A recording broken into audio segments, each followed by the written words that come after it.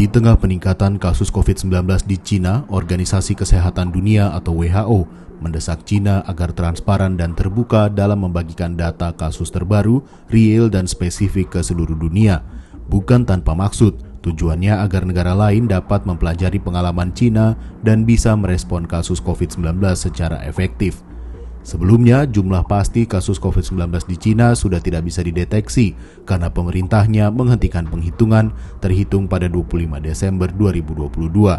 Adapun data terakhir yang resmi dipublikasikan pada 23 Desember tercatat penambahan sebanyak 3.761 kasus baru.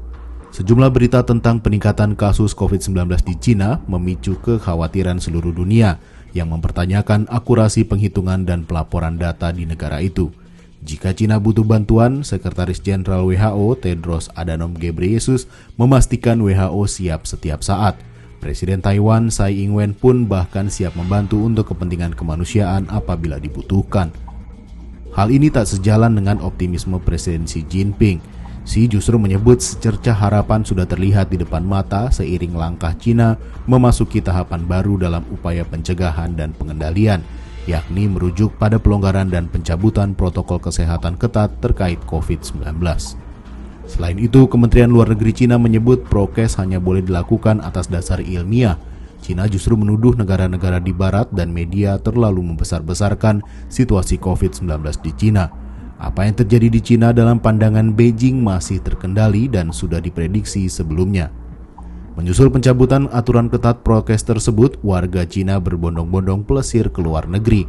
Dampaknya, sejumlah negara panik, kemudian mau tak mau berusaha membatasi warga Cina atau siapa saja yang datang dari negara itu saat hendak masuk ke negara mereka. Amerika Serikat dan Inggris misalnya, mulai 5 Januari akan mewajibkan siapapun yang datang dari Cina, Hong Kong, dan Makau untuk memiliki hasil negatif tes COVID-19 yang maksimal diambil 2 hari sebelum keberangkatan. Hal ini lantas jadi polemik di dunia maya. Tak sedikit warganet yang berpendapat ini adalah tindakan rasisme.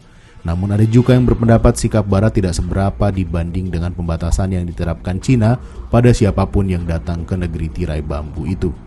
Untuk menepis segala kecurigaan dan kekhawatiran dari komunitas internasional, Cina disarankan terbuka dan transparan terkait data COVID-19. Tujuannya semata-mata agar penyebaran COVID-19 bisa segera dicegah.